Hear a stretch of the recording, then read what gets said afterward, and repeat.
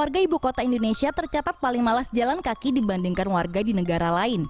Temuan tersebut dikaji oleh para profesor dari Universitas Stanford dalam jurnal ilmiah yang menyimpulkan bahwa warga Indonesia memiliki masalah serius dengan berjalan kaki. Data ini diperoleh dari aplikasi akselerator yang diperoleh dari 717.000 orang dari 111 negara. Berdasarkan penelitian tersebut, diketahui bahwa warga Hong Kong memiliki jumlah langkah terbanyak 6.880 per hari, sedangkan warga Indonesia berada di posisi terakhir dengan jumlah langkah 3.513 per hari. Para peneliti juga mengatakan teori adanya kesenjangan aktivitas di setiap negara dengan barometer tingkat obesitas warganya di negara-negara tersebut. Namun teori kesenjangan aktivitas tersebut tidak berlaku di Indonesia, terutama bagi warga Jakarta. Namun ada subjek lain yang timbul dalam kajian ini, yakni dalam segi infrastruktur dan sarana transportasi umum. Data aplikasi ponsel tersebut juga memperlihatkan kota dengan trotoar lebar dan bagus. Pasti warganya rajin berjalan kaki. Tidak seperti di Jakarta, di mana trotoar justru jadi jalur sepeda motor lewat. Karena jalan kaki dan transportasi umum tidak nyaman, banyak warga yang beralih naik mobil pribadi, tapi akhirnya terjebak macet. Bagi yang tidak punya kendaraan, kini warga dipermudah dengan menggunakan jasa ojek atau taksi online untuk berpergian. Karena itulah kemacetan di Jakarta semakin parah dan terparah dibandingkan dengan kota-kota besar lainnya di dunia, apalagi dengan sistem pengaturan kendaraan hunian yang buruk, yakni sistem 3-in-1. Program 3-in-1 adalah salah satu kebijakan dari mantan Gubernur Jakarta Sutioso sejak tahun 2003 yang kemudian digantikan dengan sistem ganjil genap oleh mantan Gubernur Jakarta Basuki Cahayapurnama sejak Mei 2016. Menurut studi yang diterbitkan dalam majalah Science, setelah 3-in-1 dihapuskan, kemacetan Jakarta menjadi semakin berkurang. Kemacetan di pagi hari menjadi 2,1 hingga 3,1 menit per kilometer dan kemacetan di malam hari menjadi 2,8 hingga 5,3 menit per kilometer. Namun berjalan kaki banyak manfaatnya loh jika diterapkan setiap hari, bisa membuat tubuh lebih sehat dan mengurangi tingkat kemacetan. Satu-satunya channel yang menghadirkan berita dunia secara nyata. Subscribe Tomo News sekarang. Jakarta punya banyak kisah, simak kompilasinya di bawah ini. Beredar video celurit tertancap di kepala korban tawuran Dewi Sartika. Kembali terjadi bentrokan warga antar kampung di Cawang, Jakarta Timur pada tanggal 24 April 2017. Aksi bentrokan ini menjatuhkan satu korban pemuda 18 tahun dengan celurit tertancap di kepalanya. Video ini beredar melalui akun Instagram Lambe Turah. Diketahui korban terluka bernama Albert John Daniel Tangker yang masih dirawat di rumah sakit. Aksi tawuran ini muncul disebabkan oleh dendam antara warga Budi Asih dan warga Batalion Siliwangi. Salah satu warga memulai bentrokan tersebut dengan petasan yang akhirnya berhasil memancing aksi kekerasan di sekitar Jalan Dewi Sartika, Kramat Jati. Terkait peristiwa bentrokan di Cawang tersebut, pihak kepolisian sudah menangkap tersangka pembacokan terhadap Albert dan juga masih mengejar pelaku tawuran lainnya. Menilik banjir Jakarta tahun 2017. Akhirnya, banjir tahunan di Jakarta kembali datang.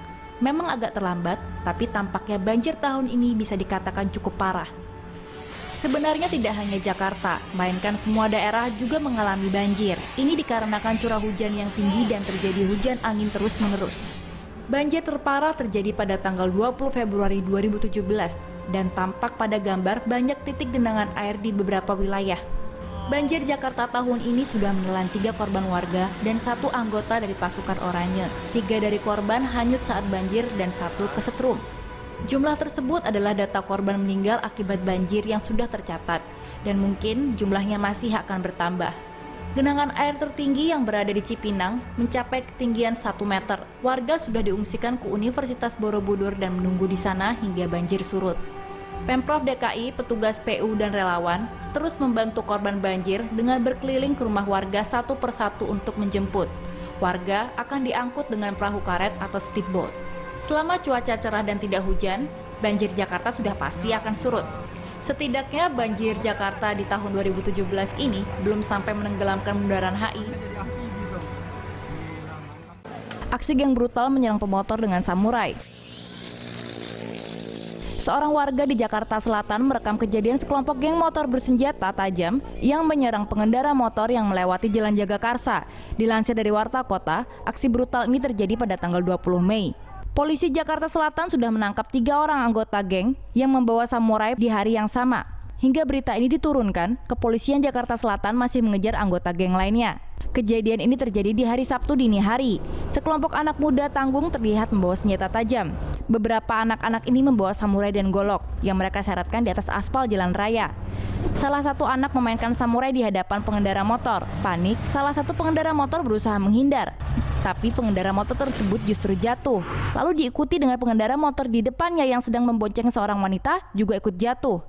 Melihat korbannya jatuh, anak-anak tersebut langsung melarikan diri sambil tertawa senang. Sedangkan korban penumpang wanita yang terjatuh dari motor, kakinya terluka dan mengalami patah tulang pada engkel kaki kanannya.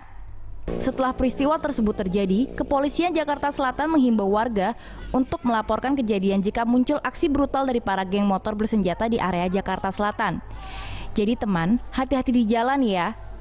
Ya Tuhan, itu buat cewek ya. Ibu kota Indonesia akan pindah ke Kalimantan Tengah. Pemerintah Indonesia melalui Kementerian Perencanaan Pembangunan Nasional atau Bappenas sedang mengkaji pemindahan ibu kota negara Indonesia dari Jakarta ke kota Palangkaraya, Provinsi Kalimantan Tengah hingga akhir tahun 2017.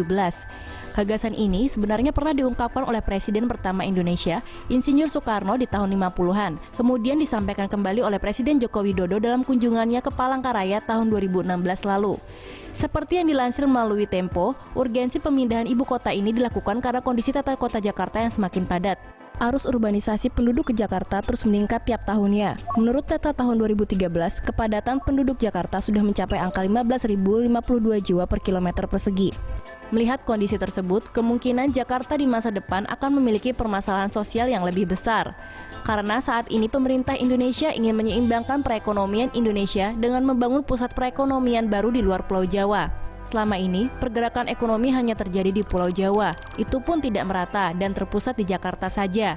Maka itu, kota Palangkaraya dianggap paling ideal sebagai ibu kota baru, karena saat ini beban Jakarta berperan ganda sebagai pusat pemerintahan sekaligus bisnis dianggap terlalu berat.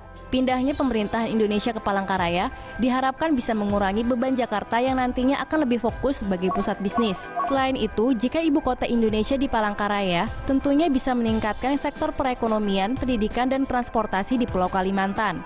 Dengan demikian, sila kelima Pancasila yang berbunyi keadilan sosial bagi seluruh rakyat Indonesia bisa terwujud.